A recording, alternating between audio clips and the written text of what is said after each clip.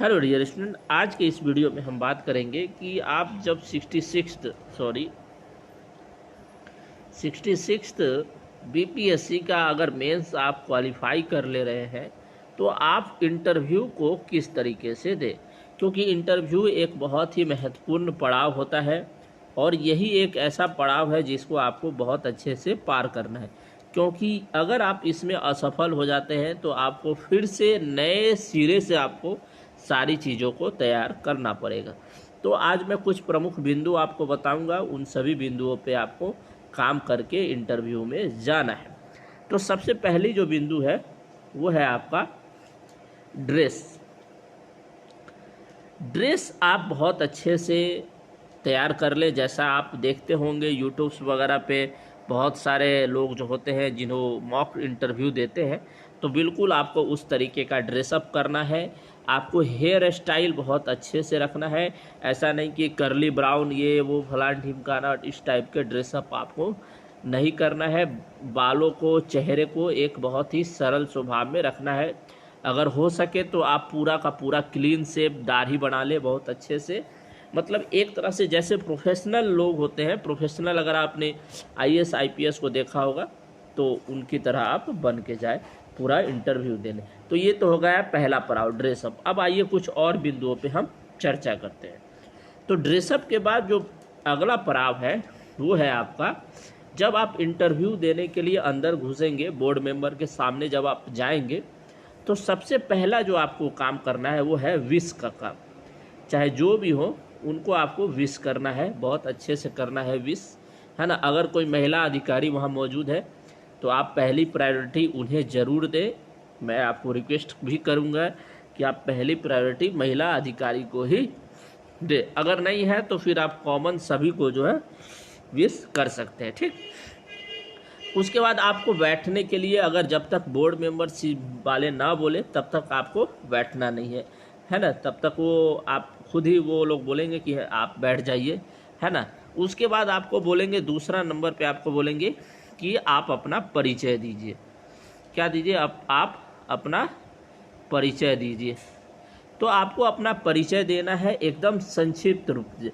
जैसे अगर मेरे से अगर कोई पूछे कि जिस तरीके से जैसे CGPSC में मेरे से जिस तरीके से इंटरव्यू में पूछा गया था कि आप अपना परिचय दिए, तो मैंने उनको बताया था, सर मेरा नाम भारत भूषण कुमार है, मैं बिहार राज्य के मुजफ्फरपुर ज़िले से का रहने वाला हूं और वर्तमान में मैं NTPC में काम कर रहा हूं।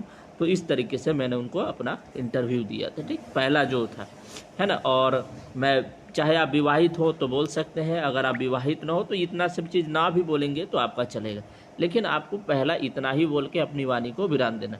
फिर उनके द्वारा, जैसे आप जब इंटरव्यू देंगे तो जैसे आप जिस ज़िले से संबंधित है, जैसे मान लीजिए मैं मुजफ्फरपुर से हूँ, तो अब आपसे जो क्वेश्चन पूछा जा सकता है वो पूरा का पूरा हो सकता है, इसमें 60 से 70% जो क्वेश्चन हो वो आपसे मुजफ्फरपुर से पूछा जा सकता है।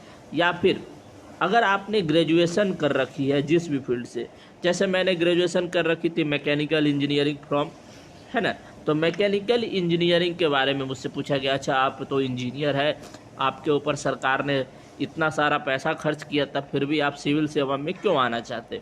या फिर आपसे ये भी पूछा सकता है कि हाँ आप बताइए सिविल सेवा में क्यों आना चाहते हैं। तो इस टाइप से आपसे क्वेश्चन पूछा जा सकता है। तो दूसरा जो भाव होता है वो इसी तरीके का होता है। आपके जो पहला परिचय होगा उसके आधार पे ही सारा इंटरव्यू डिपेंड करता है।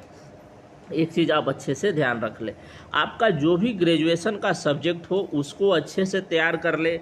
उसके बाद आप जिस ज़िले से, जिस राज्य से संबंधित है उसको भी अच्छे से तैयार कर ले। और हाल ही के समय में अगर कुछ महत्वपूर्ण घटनाएं हुई है ना, तो उसको भी आपको अच्छे से तैयार करना है। और जब आपका इंटरव्यू प्रोसेस चल रहा हो सकता है कि अगर मान लीजिए आपसे 30 क्वेश्चन पूछे गए और 30 में से अगर आपने 15 के क्वेश्चन के अच्छे से जवाब दे दिए, 15 का नहीं भी जवाब अगर आप दे पा रहे हैं, तो जिन प्रश्नों का आपको उत्तर नहीं आता हो उनके लिए आपको बहुत ही सरल स्वभाव में बताना है इस तरीके से बोलना है, जैसे मैं बता रहा हूँ वैसे ही आपको बोलना है। सॉरी सर, मुझे वर्तमान में इस प्रश्न की या इस प्रश्न के उत्तर की जानकारी नहीं है। तो हो सकता है पैनलिस्ट आपको उसके उत्तर भी बता दे। ठीक, तो आपको एकदम सरल स्वभाव में बताना है, कुछ भी हवाबाजी नहीं करना है वहाँ पे, है ना।